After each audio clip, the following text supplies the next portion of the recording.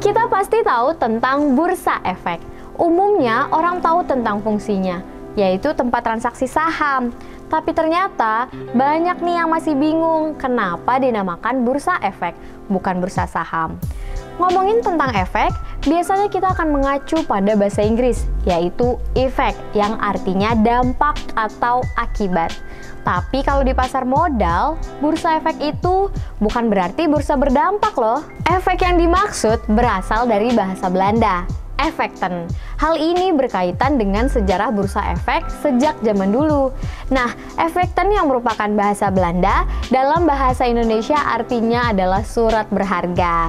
Menurut Undang-Undang Pasar Modal, efek atau surat berharga meliputi surat pengakuan utang, surat berharga komersial, saham, obligasi, tanda bukti utang, unit penyertaan kontrak investasi kolektif, kontrak berjangka atas efek, dan setiap derivatif dari efek.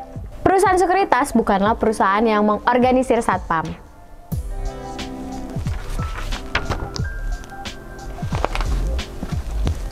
Ya, securities company atau perusahaan sekuritas adalah perusahaan yang menjadi pialang saham atau menjadi perantara antara penjual dan pembeli saham di bursa efek.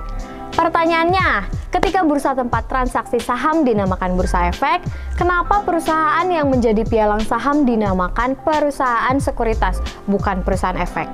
Walaupun bursa efek telah hadir sejak zaman kolonial Belanda, tepatnya pada tahun 1912, tetapi karena secara industri, pasar modal baru berkembang beberapa dekade terakhir dan industrinya berkiblat pada Amerika Serikat. Maka kita menggunakan istilah sekuritas yang memiliki kesamaan arti dengan effecten, yaitu surat berharga.